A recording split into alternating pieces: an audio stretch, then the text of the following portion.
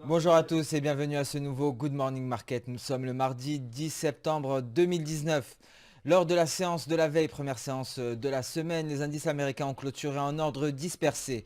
La plupart en territoire positif, mais c'est le Nasdaq qui se replie suite à une prise de bénéfices concernant les valeurs technologiques. Donc un Nasdaq qui clôture en territoire négatif. Aujourd'hui, les indices européens sont attendus en légère baisse. En effet, les investisseurs se focalisent sur la prochaine réunion de la Banque Centrale Européenne.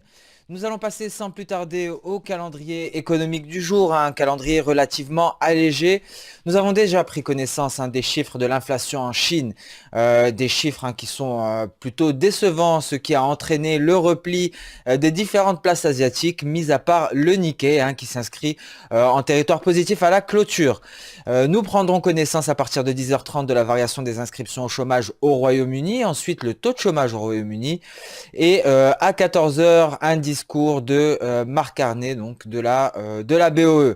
Attention également, et cela n'est pas inscrit au calendrier économique, nous prendrons connaissance du rapport Jolt sur l'emploi américain à partir de 16h. Nous allons passer à présent sur la plateforme Xstation 5 et débuter cette analyse comme d'habitude sur le marché d'échange par le dollar index qui représente le billet vert face à un panier de 6 devises majeures.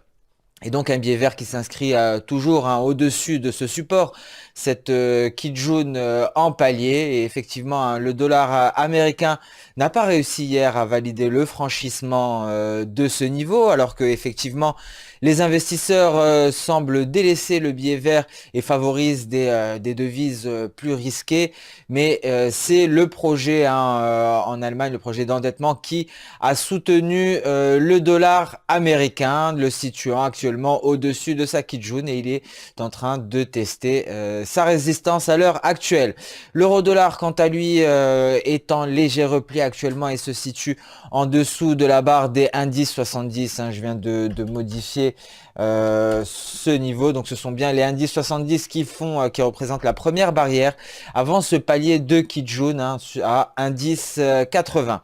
C'est donc le dernier niveau qui permettrait de valider ce retournement aussi après cette configuration chartiste qui annonce un retournement de tendance. Ce sera certainement la BCE qui permettra à la paire euro-dollar de s'affranchir de ce niveau-là pour peut-être venir aller tester cette oblique baissière de long terme.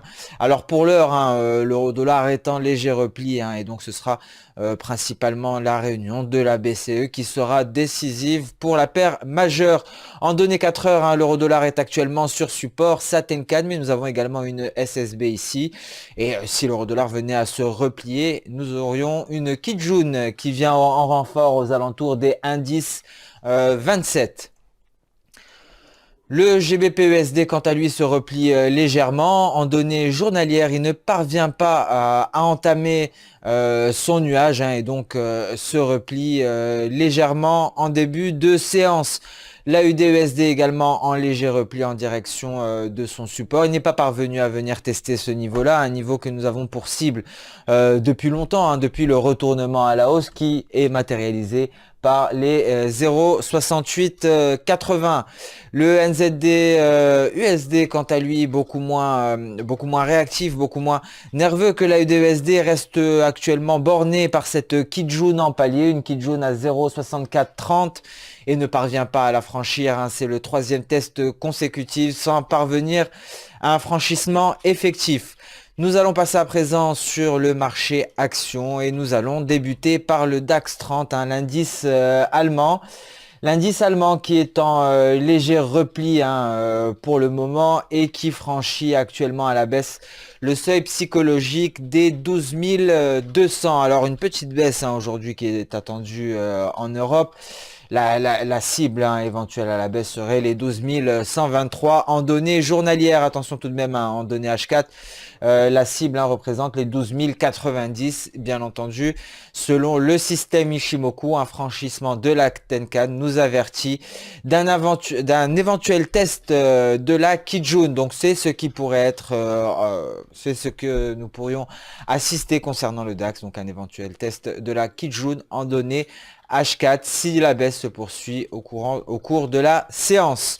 Le CAC 40 hein, également est en train de s'éloigner malheureusement de son seuil psychologique à 5600 points et affiche une baisse plus accentuée que l'indice allemand. Alors en données H4, de la même manière, nous avons franchi la Tenkan et le CAC 40 semble se diriger tout droit vers les 5525, donc ce palier de Kijun en données H4. Encore une fois, un franchissement de la Tenkan nous avertit d'un possible test de la Kijun. L'US 500 qui a affiché un repli hier, les valeurs technologiques ont pesé, nous avons assisté à une prise de bénéfices. Un US 500 aujourd'hui attendu également en repli, il pourrait donc se diriger vers son niveau de Tenkan. L'US 500, quant à lui, le S&P 500 qui présente une configuration similaire, se retrouve tout de même beaucoup plus éloigné de la Tenkan et pourrait continuer sa baisse. Donc pour le moment, le niveau à surveiller sur le S&P 500, ce sont les 2946 qui représentent le prochain support journalier. Même topo pour le Dow Jones, nous pourrions déterminer un prochain support par ce palier de Kijun qui représente les 26 650 points. Pour l'US 30, nous allons passer à présent sur le marché des matières premières avec l'or qui rebondit après avoir franchi le niveau des 1500 dollars l'once, un niveau aujourd'hui qui est matérialisé par un palier de Tenkan. L'or semble retrouver des couleurs en début de séance et rebondit sur son support à 1490 dollars l'once. Les pétroles, quant à eux, se replient légèrement après une séance clairement positive. Donc un WTI qui se replie avant d'être venu tester ici les 58,60 $ le baril de WTI qui représentait la prochaine cible à la hausse. Attention tout de même à l'estimation de l'API aujourd'hui et demain nous prendrons connaissance des variations des stocks de pétrole brut aux États-Unis. Alors est-ce que ces chiffres permettront au pétrole de s'affranchir de leur résistance, notamment pour le WTI, c'est 58,60 $ et donc le retracement 50% de Fibonacci de la précédente baisse, baisse qui a été initiée lors de la fin du mois d'avril. Le café retrouve des couleurs et parvient à franchir ici son palier de Kijun, le café qui affichait une évolution latérale depuis plusieurs séances, typiquement une période de range, semble franchir à la hausse la borne supérieure de son range, franchissant ainsi la Kijun, nous donnant une première alerte. Le café qui se situe à proximité ici d'un twist, mais il semblerait ce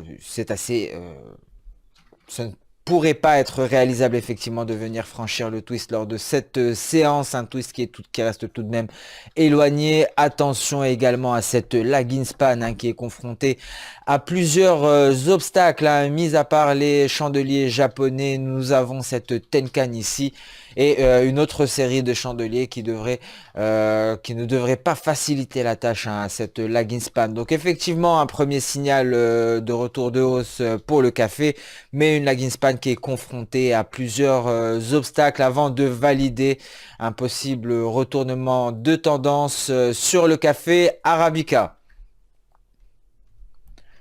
Ce Good Morning Market touche à sa fin. Je vous remercie d'avoir suivi avec attention.